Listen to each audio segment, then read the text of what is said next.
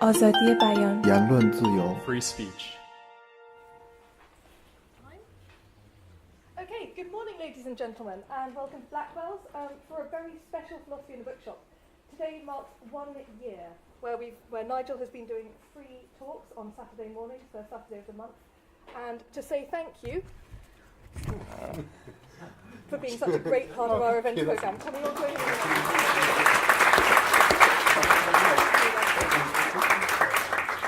Okay, so this month we are delighted to welcome Timothy Garton-Ash. He is a Professor of European Studies at the university here and has written about the challenge of combining freedom and diversity, especially with regard to free speech. The talk will last for approximately 30 minutes with 30 minutes of questions, and there'll be an opportunity for a signing afterwards. His books are on display just there, and you can buy them up at the customer services desk, but you can get them signed first if you'd like. Please join me in welcoming Nigel Walmerton and Timothy Garton-Ash.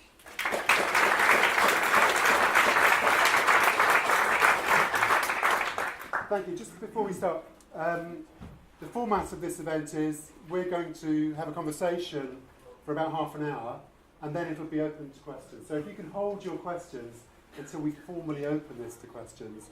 And then when we do that, because there are a large number of people and because of the etiquette of conversation and so on, it'd be great if you could restrict yourself to questions rather than statements from the floor, and keep your questions very brief so that there's time for a number of questions. And we'll try and keep our answers succinct as well.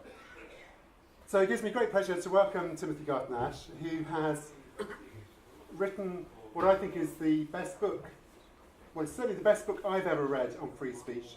And I think I can include John Stuart Mill's On Liberty in the list of books I've read on free speech, because I only had a chapter on free speech, and this is a whole book about free speech.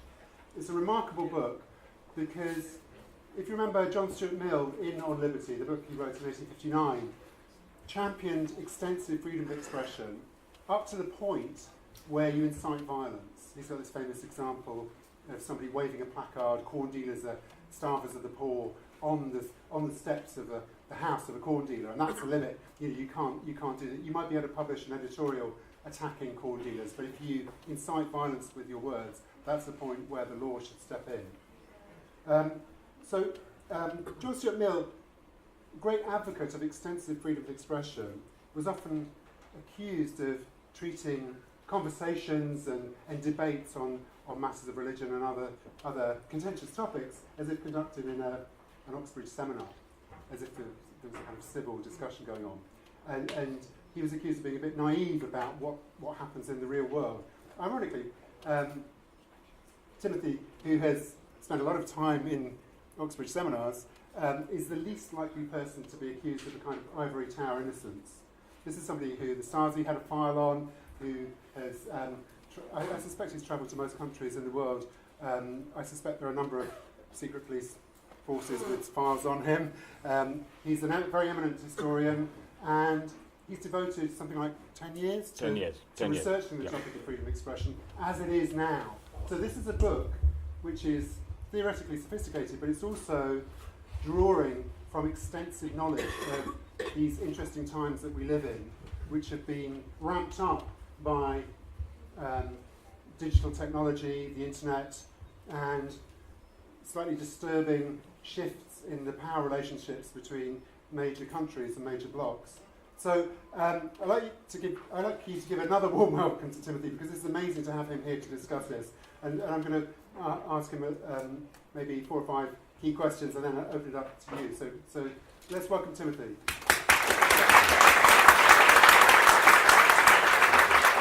Okay, so you may not know this because you probably know about the book, but Timothy has been coordinating a website and a series of seminar discussions, Free Speech Debate, www.freespeech.com, which contains a huge number of articles, videos, I don't know if there's in any other format, but articles case and studies. Case studies about freedom of expression. So I wonder if you could just start by talking about that. What is that Free Speech Debate project, and did it come before or after the book? So first of all, it's terrific to see so many people interested in free speech. I mean, I think, like me, you probably feel that free speech is the freedom on which all other freedoms depend, and that it's under attack, not just in places like Turkey and Egypt and Russia, but much closer to home in often quite subtle ways. So I guess that's why there are so many people here, and I hope we'll talk about that. Now, the starting point of this whole 10-year project and book is something. Does anyone here not have one of those in your pocket? One person holding out. That's fantastic. 2, 3. So this little magic box that you have in your pocket or handbag gives us a possibility humankind has never had before, which is instantaneously to communicate with nearly half of humankind. About 3 billion people would be theoretically connected, possible to reach. That's a fantastic opportunity for free speech, but it also brings terrific dangers. Death threats, harassment, bullying of women online, on social media, mass surveillance through the internet, and so on. So huge opportunity, huge dangers. It also means we're all becoming neighbors with each other. A death threat is made in Tehran, somebody in London may carry it out. A cartoon of the Prophet Muhammad is published in Paris, people die in demonstrations in Pakistan or Afghanistan. That's the starting point of this project, which is, so how do we live together well in a world where we're all neighbors? How do we do free speech? What should be the rules of the game, as it were? I was sitting down to write this old-fashioned Gutenberg product, a book, in Stanford, in the heart of Silicon Valley, which Stanford is my other university. And I suddenly thought to myself, if your subject is the post-Gutenberg world, what are you doing just writing about it in the old Gutenberg way, just writing old-fashioned, printed words on paper? So I came back to Oxford, and for my sins, because it's nearly killed me, I set up this very ambitious research project, which I'm glad to say is an Oxford University research project. So it's actually based in this university, and tribute to the university for doing something as bold as this. It's called freespeechdebate.com. It's in 13 languages, because how are you going to have this debate across cultures if you literally cannot understand what the other person is saying, the Chinese or the Russian or the Iranian? Russian, Farsi, Urdu, Hindi, Arabic, German, you name it, Chinese. Chinese was our biggest language until the website was blocked, predictably enough, in China, which, I would have been rather disappointed if they hadn't blocked us. But up to that point, we had massive, massive Chinese usership. And the idea is it laid out a set of draft principles, 10 draft principles for global free speech. The basic principle about violence, about privacy, about religion, about hate speech, we'll talk about these, about the media. And then it says, let's discuss these. And it looks for examples and difficult cases from all over the world. So I bet most of the stuff you've written on free speech will have examples mainly from the West, because most of the literature is from the West. Here you can find the Chinese example and the Russian example and the Egyptian example of some difficult case of free speech. That's the project. And then I traveled around the world, India, China, Egypt, Turkey, many other places, to discuss it and get feedback. And this book is the product of that conversation. It's not just me sitting in my ivory tower saying, hey world, this is how it should be, as a sort of archetypical philosopher does. It's a product of that whole transcultural conversation. And now I'm going around the world again and getting the next stage of feedback in this kind of iterative process. It's interesting because Mill put a huge emphasis on undogmatic thinking. He was deeply opposed to holding opinions which hadn't been challenged. The idea was that if you hadn't tested your opinion, it was held as merely as dogma, but if it had been tested and survived the cut and thrust of argument, you could cling to it with a bit more certainty. It's a very different sort of belief. It seems to me that this project is all about conversation, challenging presumptions in that Millian spirit. But underlying it, what are you trying to get at? Is there really some universal human right to free expression, some natural right or something like this that you'll uncover through the conversation? What is it that you're trying to get to? A pragmatic solution between radically different viewpoints? So I obviously, It goes without saying that I'm a John Stuart Mill liberal, and I believe in a certain set of values, as I think many do in this room. But we have to acknowledge that for most of its history, Western universalism has in practice been anything but universal, right? So it preached equal rights and dignity for all human beings, but Thomas Jefferson had slaves, women were not absolutely not given equal rights, but poorer people were excluded from the ballot for most of modern history, and 4/5 of humankind was subjected to Western colonialism, often in the name of the Enlightenment. And even into the 1990s, in that sort of era of liberal triumphalism, remember that? Remember that? Bill Clinton and those golden days of liberal optimism. The conversation was very much of the form, hey world, we Western liberalism have worked out how it should be. Ronald Dworkin, John Rawls, and others said that with magnificent self-confidence. And you know what? If you go to IKEA and just get the liberal universal kit, and if you can understand the instructions, then you'll have a free society.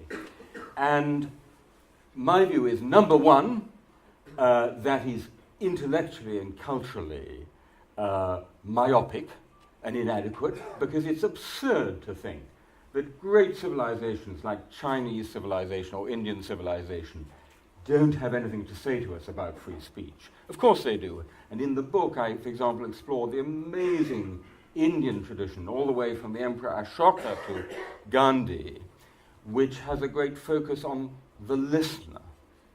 Gandhi says somewhere, we have to speak in a way which will open ears, right? So we all know people who open their mouths and shut ears.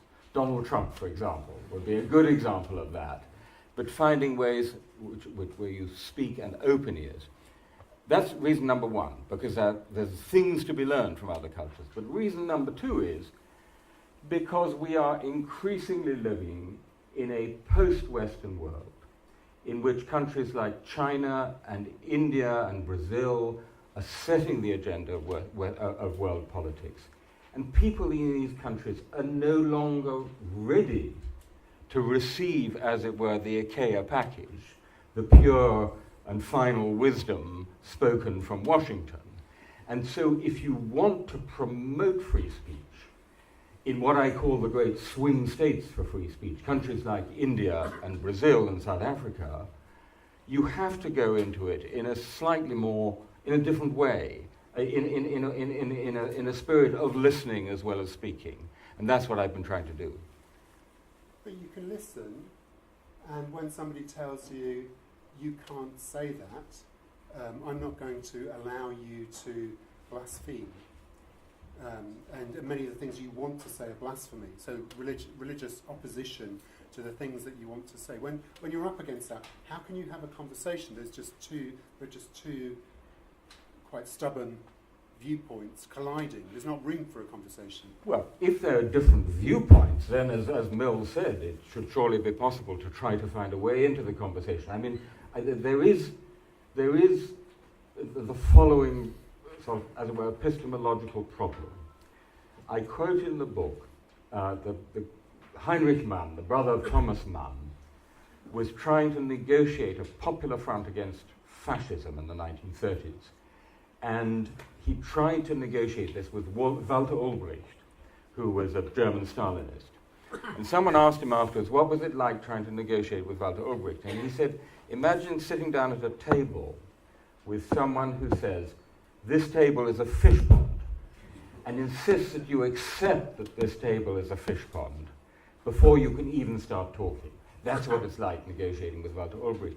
And that is a problem when you're talking with true fundamentalists, say Islamic fundamentalists, that you can't even agree that we're sitting at a table. They think it's a fish pond. And there it's very, very difficult. But if it's merely a strong difference of view, then there definitely is a way into the conversation. Can I give you a quick example? Because I think it's really interesting. So I presented, we now have in the book and on the website, a kind of revised version of the 10 principles, which I have to say are pretty damn good. They're stripped down to the absolute essentials, basic liberal principles for free speech worldwide. Incidentally, a week ago in Delhi, I was at the place where Gandhi was assassinated. Very, very moving. If you're ever in Delhi, do go. And above his bed, in his bedroom, incredibly modest Spartan bedroom, there's one of his sayings, which is, simplicity is the essence of universality. Simplicity is and I think it's a great thought. You have to strip it down to simple essentials, because otherwise you're giving it to people with a whole kind of cultural integument, terms from the American First Amendment tradition, for example, which mean nothing, literally mean nothing to people in India or China. Okay, so I present these 10 principles to a bunch of Indian MPs, Hindu, Muslim, Sikh, secular, and they say, oh, most of those are fine, we're absolutely happy with that. But your one on religion is completely impossible. So our principle on religion is, we respect the believer, but not necessarily the content of the belief. We respect the believer, but not necessarily the content of the belief. So it's a distinction between recognition respect of you as a believer, which is full and unconditional, and appraisal respect of the content of the belief. I must be free to say that the great pensée of L. Ron Hubbard, the founder of Scientology, are complete bollocks. I must be free to say that, because they are. And if we allowed a world in which everything that any faith or belief system held to be sacred was taboo, there would be precious little we could talk about. So that's the thing. Now, all these Indian MPs then start literally jumping up and down, I have to say, and shouting at me. Indian MPs are very excitable people, and they were literally jumping up and down, saying, you can't do that in India. You may do that there, but you can't do that here. And then I said, okay, so tell me why. And here's where it gets interesting. One group of them said, this statement is nonsensical. It is a contradiction in terms. You cannot respect me as a believer without respecting my belief. Respect me, respect my belief, respect my belief, respect me. The other lot said, well, look, I see what you're saying about trying to combine diversity and freedom. That's where we would ideally like to get in a liberal multicultural society. But in India at the moment, if you just leapt straight to that, there'd be blood in the streets and they'd be burning down shops, which is probably true. Now you can see, being an incredibly sharp and well-informed audience, that these two objections lead you in completely different directions. With the first one, there's not much further you can go on that, although you can say, okay, well, let's step back to my more basic principle, which is about violence. We neither make threats of violence nor accept violent intimidation, which I think is almost the most important principle in the whole lot, okay? Maybe you can accept that violence is not a legitimate means of articulating religious belief, but nonetheless, I can see you're going to stick with that. We'll just have to live with that difference in the spirit of Isaiah Berlin, liberalism and pluralism. The other way, which says, I think in principle you're right, but we've got a long way to go, that really opens up a conversation, which, by the way, I've just been having for the last 2 weeks in India, where you're saying, okay, so how do we start moving gradually in that direction? And if you ask me, what are you trying to achieve? That's what I'm trying to achieve. It's interesting you described a view as a load of bollocks. There is a question about the limits of free speech etiquette, as it were. And I know in your book, you have this notion, and in the principles, you have this notion of robust civility. I wonder if you could expand on what robust civility is and what its limits are. So, this is, again, and I think you'll all agree, absolutely crucial.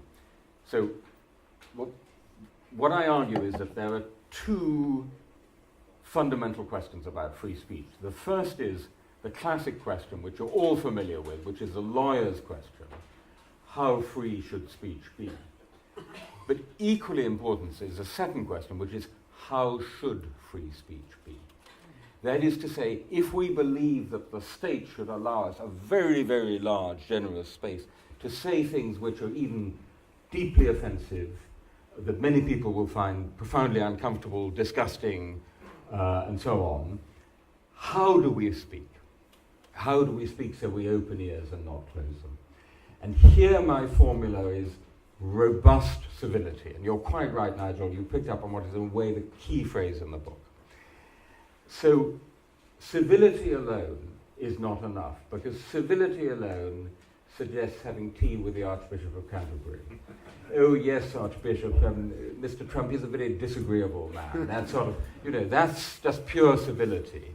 Robust alone has the risk that you come to blows, but it's a combination of robust and civility. That is to say, there is nothing that you cannot talk about, and indeed you do talk about the most difficult subjects of kinds of human difference, but you try to do so with robust civility. I have to say, whether the word bollocks quite lives up to civility, I'm not sure. Well, I can imagine there are contexts in which if you describe my view, my heartfelt view, as a load of bollocks, that would be an incitement to violence. Yes, I think that's right. And to be fair, I think if I were engaging, as I would want to engage with Scientologists, I absolutely wouldn't use that language, because that's not what one chooses to do. So, the familiar, it's become almost a liberal commonplace. To have the right to offend does not entail a duty to offend. And that's clearly, that you have a right to say it does not mean it's right to say it. So let me give you a quick example. Mohammed cartoons. Charlie Hebdo, because obviously we need to talk about that. So my view is, these cartoons, I'm sure most of you have seen them. They were really out there. They were really deeply offensive to, not just, by the way, equal opportunity offense. They were offensive to Muslims, Jews, Christians, and everybody else. And François Hollande. But I think it was absolutely fine, it was absolutely right that a small French satirical magazine should be publishing these. But I don't for a moment think that The Guardian or the New York Times should, in normal circumstances, have reprinted them. When, however, the journalists of Charlie Hebdo were brutally murdered just for the fact of publishing these cartoons, then I tried to launch, and I tell the story in the book, I have to say with almost minimal success, but that's another story, and an initiative of coordinated republication of the cartoons in leading newspapers and magazines around the world. But the act of republication now had a completely different meaning. It was no longer saying, we like these cartoons and we think you Muslims should have your noses rubbed in them. It was saying, the assassin's veto, which is the phrase I coined for this, the assassin's veto will not prevail. Violent intimidation will not prevail. So it changes its meaning. So again, it's deeply contextual. But the listener, as it were, the viewer of those cartoons in Islamic country would not appreciate the subtlety of the free speech point that you'd have been making there. They would say, the typical viewer would say, you have just insulted the Prophet again. And it's an insult whether it's intended as an insult.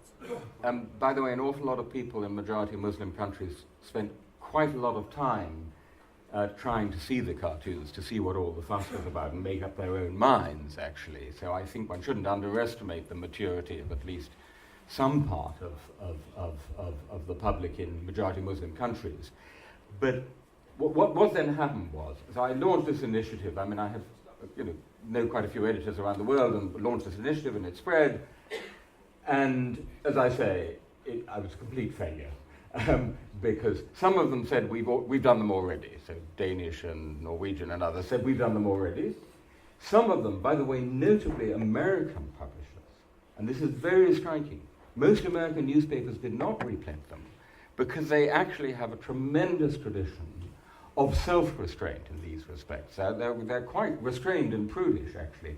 Mark Twain somewhere says a wonderful sentence where he says, the Americans enjoy three great things: freedom of expression, freedom of religion, and the wisdom to use neither.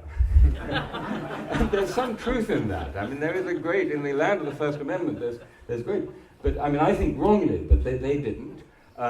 Others said, well, we're not going to do them just because you tell us. Others, by the way, said, well, who else is going to do them? And then when they discovered that nobody else was going to do them, then they decided not to, which means the assassin's veto has prevailed. So I then thought about it, stepped back, and what I would say now is, okay, I recognize that we're probably not going to get consensus on republication in those circumstances, but can we have agreement as a norm, as a rule of thumb, that we will republish them when there's a genuine public interest, when there's a news interest in them, online.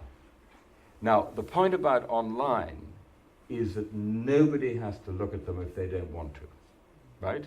You can have them. That's absolutely true. So I have the one-click away principle, which says when it's material which we reasonably expect a large body of people to be profoundly upset by, and of course I recognize that Muslims would be profoundly upset by these cartoons, then you warn people, just as you do on a news item on television, where you say some viewers may find the next item to be, to be disturbing. I see nothing wrong in that from a point of view of free speech principles. Free speech is a right of the speaker, but also of the listener, right? It's my right to say it or not to say it, but it's also your right to see it or not to see it. But surely on that principle, if it's a matter of self-expression, somebody in a private room chose to burn the page of the Quran, that would be a legitimate self-expression. Nobody's forced to know about that happening, they can just do it.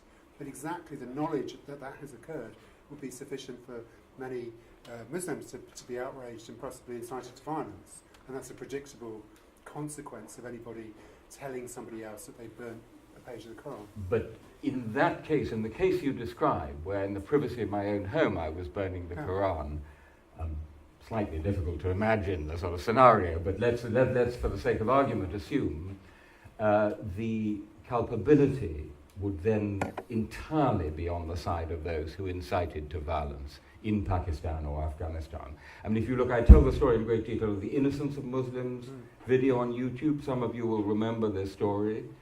In response to which, more than 50 people died in violent demonstrations in places like Pakistan and Afghanistan. Most of those people had never seen the video, had very little idea what it was about. They were being incited, they were being stirred up by others to protest violently. And I think it's really, really important, because even in our own societies now, if someone's going to put on a controversial play like Beshti, the play about the Sikh Gurdwara, very often the police will come to the people who are putting this on and say, hey, there might be violent demonstrations, we think you should take that off. That is completely back to front, arse over tip. They should be going to the people who are aiming to demonstrate violently and telling them to restrain themselves. Well, this is actually relevant to something that's occurred this week in Berkeley. The violent riots, or certainly riots and destruction of property in reaction to Milo Yiannopoulos, an out conservative speaker who was invited to campus, and predictably there was strong opposition amongst the student body and others who came in, and effectively the burning down of buildings and so on led to that invitation being removed, and the talk didn't take place. Now that seems to me like a case study in the heckler's veto.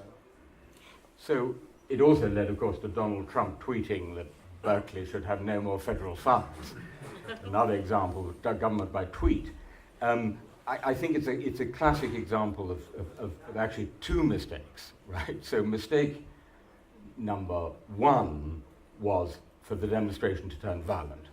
I think it's absolutely fundamental. I mean, if there's one line we have to keep, it is no violence, however offensive the views, however disgusting the views. And the fact is, if we could stick to that as a spreading norm, all the other things we could argue about. We could argue peacefully about them. So I think the students, or whoever it was, made a big, big mistake in allowing it to become violent. But equally, I think Berkeley, which by the way is famous for free speech, it actually has a famous free speech corner, free speech cafe from the 1960s, so it's doubly ironic that it was at Berkeley. I think the university should have done everything in its power to ensure that this guy could be heard and then questioned. and robustly challenged, because he's a creep and says outrageous and disgusting things, defending rape and so on. I mean, he's and this comes back to Oxford. It comes close to home, because I think that universities should be safe spaces, but they should be safe spaces for free speech, right? So I think that many of the things that the Daily Telegraph letter writers chunter about against student activism are actually fine. I think Roads Must Fall was absolutely fine. I actually think it opened up a conversation. I think trigger warnings within reason are quite reasonable. If you're teaching a class in law and you have some very, very disturbing material about a case of rape, I think it's quite reasonable to warn your students about that. But what I think is always wrong is so-called no platforming, actually disinviting speakers. I mean, the university should be the place where people encounter the widest possible range of views. Above all those they disagree with and they find offensive and difficult, but in a context of robust civility, like here. What's interesting about that is that some people have a different view of the nature of the university. So if I think that a university is somewhere where I go to learn computer programming or whatever, and I have strong religious views, and I don't want to encounter somebody who is an atheist spouting their atheism in what is essentially my home. Some people believe that's what a university is. It's a place where I learn things, I get a degree, and it's not a bastion of free speech. It's an educational environment where I can just be taught stuff. And the extracurricular stuff is neither here nor there. It's not essential to the university. You have a different view, I mean, which I share your view, but you have a different view of a university from many of the people who are activists in this respect. Yeah, well, I mean, I think the British government for some years has regarded university as preparation for being in the export business. I mean, the fact that higher education is put in, biz, the Department for Business, is an illustration of that.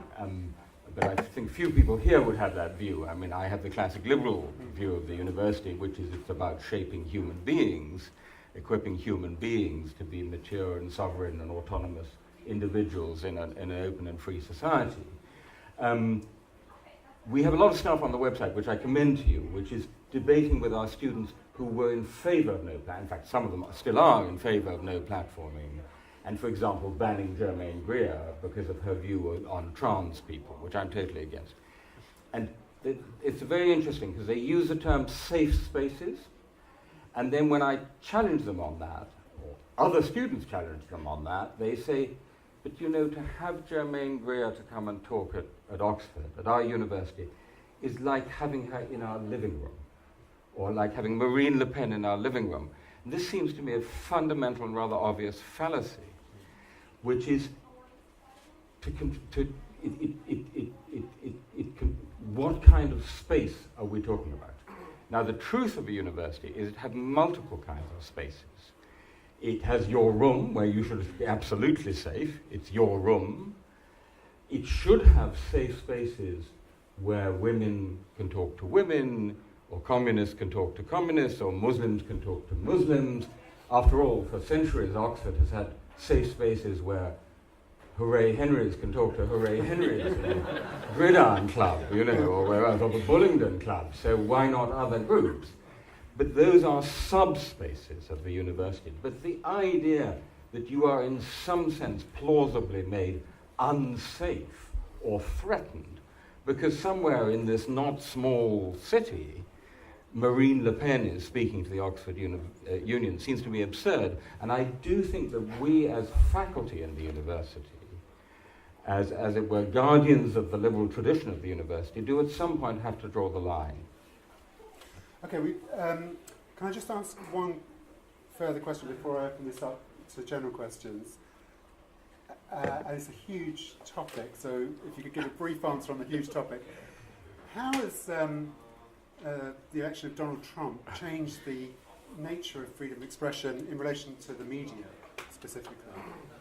So, as most of you will know, alongside the argument from truth, which was the one that Milton and Mill particularly majored on, the classic, particularly American argument for free speech is that you need it for democracy.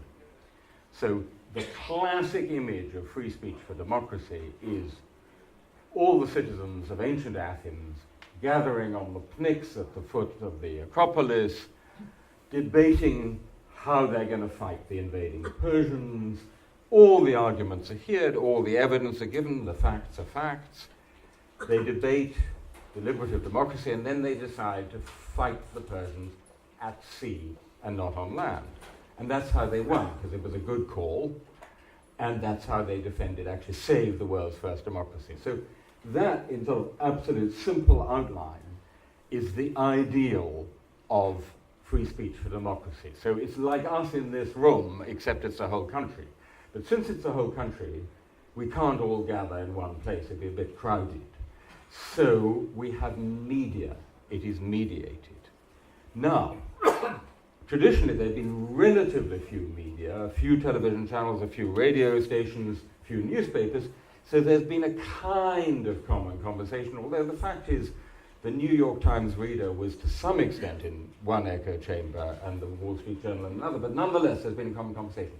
Now, ironically, the effect of the internet, which gives almost infinite possibility for everyone to speak, is a total fragmentation of the media landscape, so everyone is going off into their own echo chambers. And this is what we saw both in the US presidential campaign and in the Brexit referendum campaign, which is that the Brexiteers were reading the Daily Mail and listening to Boris Johnson, and they were in their own echo chambers, but the Remainers, we have to acknowledge, were also in our own Guardian and BBC echo chamber.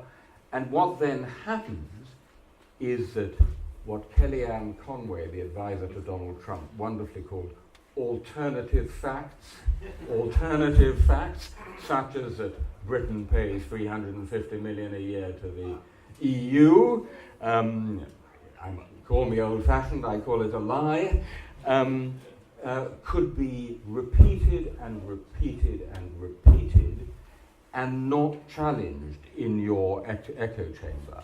And it's a combination of those two things which is so dangerous, not being challenged, but also the constant repetition which the profusion of social media and other media allows. I mean, we know since Goebbels that constant repetition is the key to making a lie deadly and effective.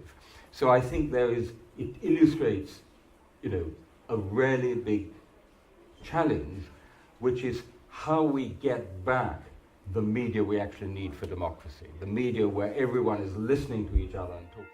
آزادی بیان،言论自由 free speech.